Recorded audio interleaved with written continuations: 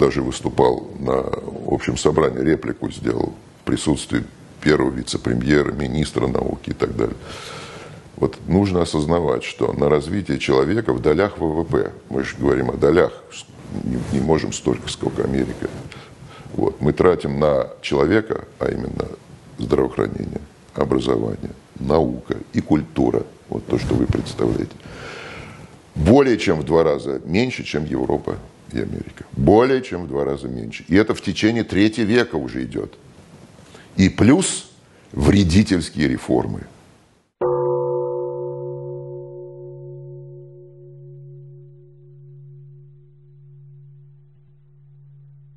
Мы за это будем расплачиваться еще десятилетия. Это просто так не проходит.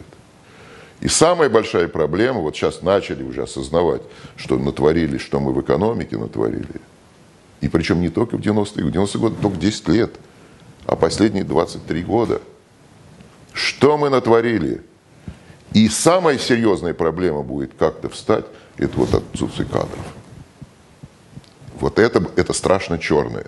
И они исторически будут нести, руководство страны будет нести историческую ответственность. И я это говорю всегда не для того, чтобы кого-то свергнуть, ни в коем случае. Я всегда поддерживаю власть, но поддерживаю в том смысле, я хочу сказать ей, что так нельзя, нужно исправить, уточнить. С нами, к сожалению, беседует очень мало. Но, тем не менее, я с президентом Владимиром Владимировичем беседовал, и один раз, будем говорить, 3 такие встречи были, которые достаточно, один раз даже 1 на 1. Вот, поэтому вот это, когда было на 1 на 1, очень позитивно потом откликнулось для флота, нашего исследовательского флота. Он человек с выдающейся памятью, вот, это все это есть. И я выступал, и я говорил.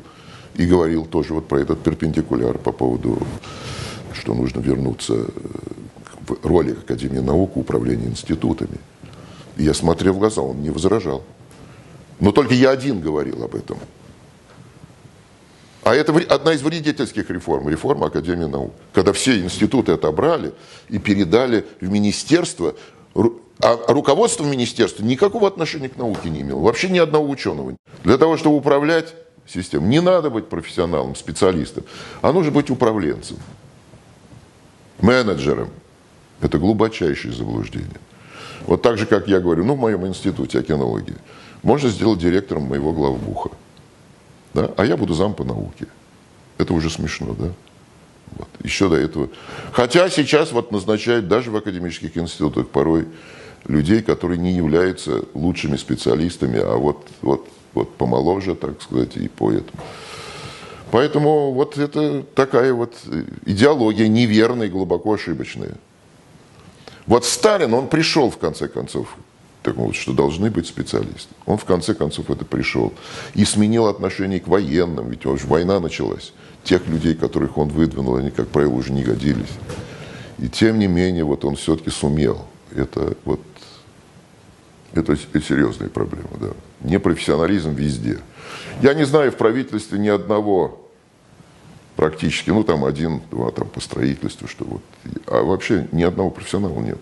Министерство промышленности и науки, какие там заместители министры, которые, я не вникал, рассказывают это. А эти люди не способны поднять нашу промышленность. Нет, конечно. В конце концов, наверное, это дойдет до понимания. Это очень сложно сейчас будет исправлять. Но надо исправлять. Никогда не поздно, понимаете? Но только чем позже, тем будем больше прольем, в общем, слез, обид, и, в общем, будет более тяжелая жизнь будет нам. Мы не найдем теперь, даже не найдем профессоров, которые могли бы побыстрее научить наших инженеров. Сам факт, что наши люди уезжают, особенно молодые люди, уезжают из страны, значит, им здесь некомфортно. Это же часть нашего народа.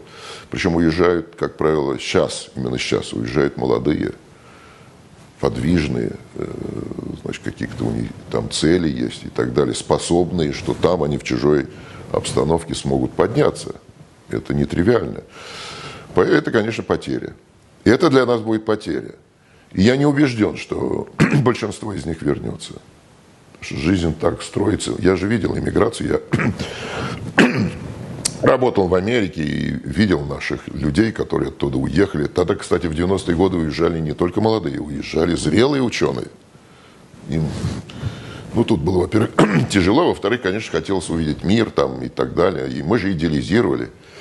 И Европу, и Америку мы идеализировали. Ну, сейчас иллюзии-то отходят, но просто потому, что и Америка изменилась. Вот я помню Америку 90-х годов, и какая она сейчас. Америка другая стала. И, кстати, мы, к сожалению, а это из-за чего? Это из-за того, что в Америке 95% детей не получают нормального школьного образования, к которому мы привыкли. Не получают, не учат ничему. И это вот трагедия таких благополучных стран. Вот механизм, я вот думал об этом, размышлял. Понимаете, когда страна достигает такого материального благополучия, вот родители достигли, ну, кажется, зачем мучить детей? Зачем? А в школе люди мучаются, учиться тяжело. И, в общем, хочется поиграть в футбол там и так далее, а тебе нужно выучить стихотворение, решить и так далее. Это все, в общем, тяжелый труд. Зачем?